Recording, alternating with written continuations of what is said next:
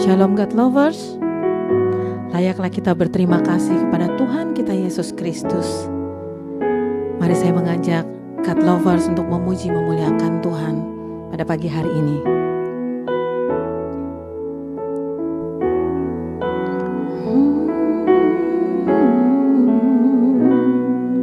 Terima kasih Tuhan untuk kasih setiamu yang ku alami dalam hidupku. Terima kasih Yesus untuk kebaikanmu sepanjang hidupku. Terima kasih Yesusku buat anugerah yang kau beri, sebab hari ini Tuhan adakan syukur bagimu.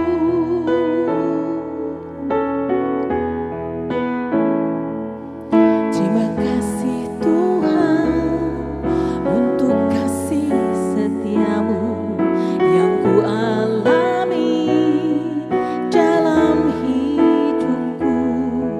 Terima kasih Yesus untuk kebaikanmu sepanjang hidupku. Terima kasih Yesusku buat anugerah yang kau beri, sebab hari ini Tuhan adakan syukur bagimu. Syukur bagimu Tuhan, syukur untuk hari ini, syukur untuk berkat-Mu pada pagi hari ini. Nafas kehidupan baru kau beri. Terima kasih, terima kasih, terima kasih Tuhan.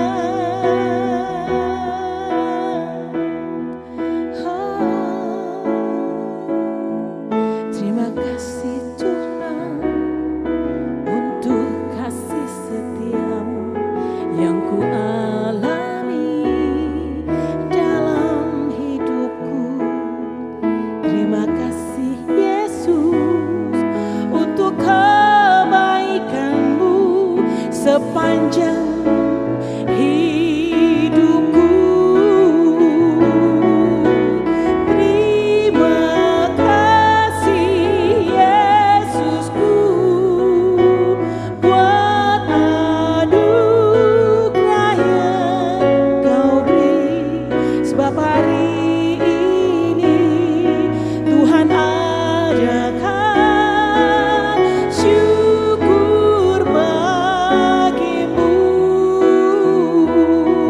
sebab hari ini Tuhan adakan syukur bagimu,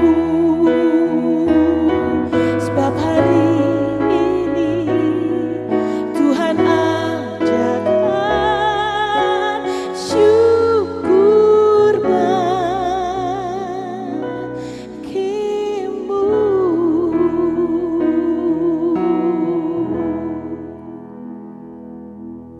Shalom God Lovers, jumpa lagi di dalam program renungan kita di hari yang luar biasa ini. Saudara, di edisi-edisi sebelumnya saya sempat menyampaikan tentang bagaimana kita membangun kebiasaan untuk intim dengan Tuhan, bagaimana membangun kedisiplinan kita kepada Tuhan di dalam menyembah Dia. Kenapa saudara penting kita bangun kedisiplinan? Karena di ujung dari kedisiplinan itu akan melahirkan karakter, dan karakter itulah yang akan membawa kita kepada tujuan ilahi Tuhan dalam hidup kita. Nah, saudaraku yang kekasih di dalam Tuhan, bahwa benar sekali ketika kita semakin menyembah Tuhan, kita semakin serupa dengan Dia. Nah, ada banyak definisi tentang penyembahan itu sendiri, tapi salah satu hal yang sederhana yang ingin saya ungkapkan buat kita di hari renungan kita di seri yang pertama ini adalah tentang respon atau tanggapan kita kepada Tuhan. Penyembahan adalah respon tanggapan kita atas kehadiran Tuhan di tengah-tengah hidup kita atau di tengah-tengah ibadah kita. Jadi ketika saudara tahu ada Tuhan di situ, karena di Alkitab katakan di mana 2-3 orang berkumpul dalam namaku, aku ada di tengah-tengah mereka. Kehadiran Tuhan menjadi kepastian karena Allah yang kita percaya adalah Allah yang pasti, Allah yang teruji dengan segala janjinya. Tetapi tanggapan kita akan kehadirannya menjadi hal yang lain. Ketika orang menanggapi kehadiran Tuhan dalam hidupnya, maka berkat akan menyertai setiap langkah hidupnya. Ketika orang menanggapi kehadiran Tuhan di dalam ibadah, di dalam kehidupan personalnya, dia akan semakin bertumbuh dan semakin serupa dengan Tuhan.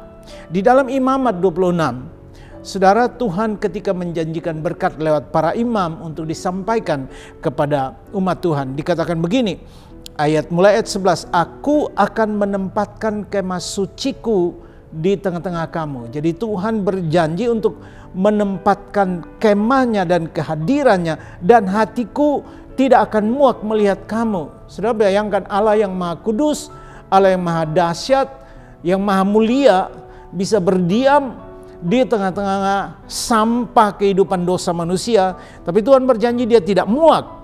Tetapi aku akan hadir di tengah-tengahmu dan akan menjadi Allahmu dan kamu akan menjadi umatku. Akulah Tuhan Allahmu yang membawa kamu keluar dari tanah Mesir supaya kamu jangan lagi menjadi budak mereka. Aku akan mematahkan kayu kuk di atasmu dan membuat kamu berjalan dengan tegak. Nah saudara, Allah berjanji untuk menempatkan kemahnya di tengah kita.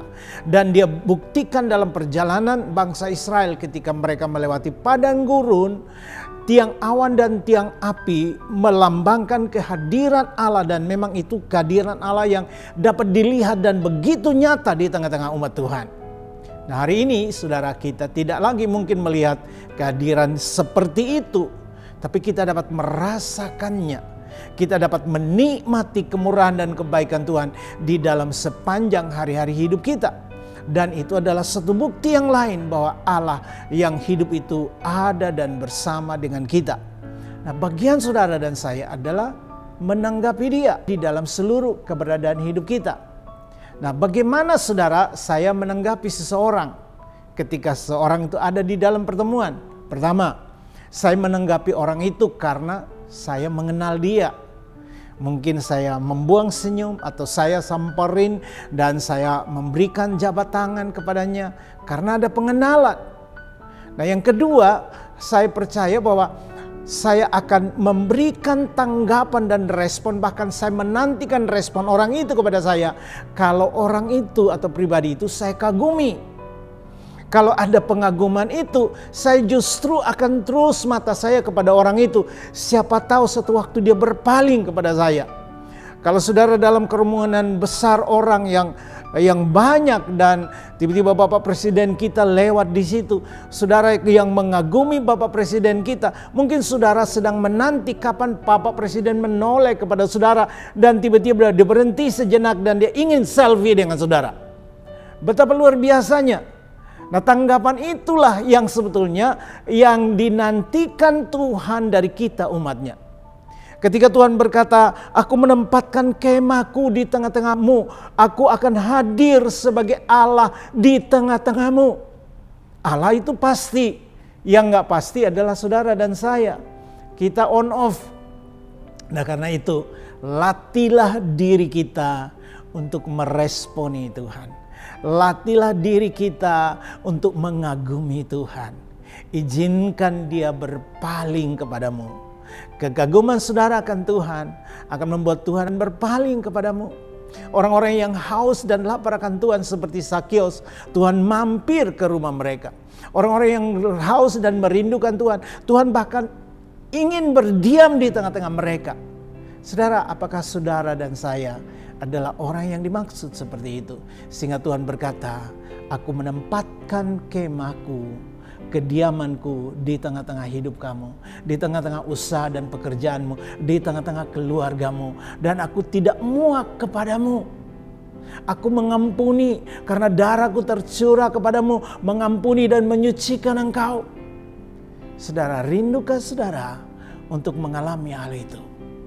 Kalau saudara rindu, bangun pengenalanmu, bangun tanggapanmu kepada Tuhan. Semakin dalam engkau mengenal, semakin dalam engkau menyembah Dia. Dan kedalaman penyembahan itu sedalam engkau menanggapi Tuhan dan rencananya dan firman-Nya dan segala janjinya. Saya percaya kalau kita semakin menanggapi Tuhan dan firman dan rencananya, semakin dalam pula kita mau menyembah dan intim dengan Dia. Jadilah pribadi itu hari ini. Apakah hari-hari ini engkau sedang terkagum-kagum kepada Tuhan? Atau engkau terkagum dengan apa dan siapa? Tuhan mau saudara, saya dan saudara, God lovers, kita semua terkagum-kagum kepadanya. Penyembahan adalah kekaguman kita kepada Tuhan. Penyembahan adalah tanggapan kita kepada Tuhan. Dan semuanya itu dibangun karena pengenalan. Saudara tahu kepada siapa saudara percaya dan kepadanya saudara mengabdi. Rasul Paulus katakan, karena aku yakin kepada siapa aku percaya dan kuasanya yang bekerja di dalam aku. Itu yang membuat Paulus dan semua rasul-rasul pada mulanya, gereja mula-mula tergila-gila untuk melayani dan menyembah kepada Tuhan. Bahkan di dalam api sekalipun, di dalam penjara pun, mereka tidak bisa dibungkam suara mereka. Mereka terus menyembah dan menyanyikan puji-pujian, pengagungan kepada Allah. Mengapa saudara? Karena mereka tahu, mereka punya rasa kagum yang tinggi kepada Sang Halik atau yang disembah, Sang yang disembah. Saya mendorong kita saudara, jangan menjadi orang Kristen yang biasa. Jadilah orang Kristen yang terus membangun pengenalan dan respon saudara kepada Tuhan dan kehadirannya. Di dalam ibadah misalnya, angkatlah tangan sebagai respon saudara. Bernyanyilah dengan segenap hati sebagai tanggapan dan respon saudara atas kehadiran Tuhan di tengah itu. Percayalah, sorga sedang melihat kepadamu. Dan ketika sorga menerawang ke dalam hidupmu, Dia tahu semua yang kamu perlukan. Hari ini apa keperluanmu? Ingat sekali lagi, sorga tahu apa yang kau dan saya perlukan. Tapi apakah engkau memiliki respon yang benar kepada sorga tentang segala rahmat dan kebaikannya? Kebutuhanmu hari ini adalah satu keperluan yang memang mungkin kau perlukan. Tapi bukankah Dia sudah baik dan menolong engkau di hari-hari kemarin? Dan Dia juga berjanji untuk Dia ada di masa depanmu, untuk menjadi Allah Immanuel yang senantiasa mensuplai dan mencukupkan semua yang kau perlukan. Mari kita berdoa. Saya ingin berdoa buat saudara supaya saudara menanggapi Tuhan. Seiring dengan renungan ini, dengarkan baik. Allah ada di sampingmu, bahkan mungkin Dia ada di dalam, bahkan Dia lebih dekat dari baju yang kau pakai. Dia ada di dalam hatimu. Dia ingin supaya engkau menanggapi Dia. Mungkin engkau perlu menaruh tanganmu di dadamu dan berkata, Tuhan, saya bersyukur untuk napas hidupku. Saya bersyukur karena Engkau ada di dalam hidupku hari ini. Mari kita berdoa. Bapa di sorga, di dalam nama Tuhan Yesus, kami sadar Engkau bersama kami dan Engkau tidak pernah meninggalkan kami. Engkau sudah berfirman untuk menempatkan kemah-Mu, kehadiran-Mu di tengah-tengah kami. Dan kami mengaminkan itu Tuhan. Kami percaya di mana ada kemah, di mana ada bait, di mana ada tabut Allah, di sana berkat Tuhan berlimpah-limpah menyertai. Seperti yang Kau lakukan untuk Obed-Edom dan keluarganya. Karena itu di dalam nama Yesus, sadarkan kami untuk menanggapi-Mu, meresponi-Mu dalam hidup kami. Sebagai bagian kami, umat, pilihan, kesayangan-Mu. Terima kasih Tuhan. Berkati umat-Mu yang mengikuti renungan hari ini, berkati Tuhan. Semua keperluan dan pergumulan mereka terbuka di hadapan Tuhan. Tidak ada yang tersembunyi. Karena itu jadilah Tuhan dan jawaban ketika umat-Mu menanggapi-Mu dan percaya kepadamu, percaya kepada kebenaran firman-Mu. Kiranya tangan-Mu turun menyertai mereka. Di dalam nama Tuhan Yesus kami berdoa dan kami mengucap syukur. Haleluya. Amin. God lovers, saya ingin supaya saudara tidak hanya diberkati sendiri, Tapi saudara bisa share, komen, dan like. Bagikan kepada teman-teman kita yang lain. Biarkan mereka diberkati sebagaimana saudara diberkati dengan renungan singkat hari ini. Tuhan Yesus memberkati.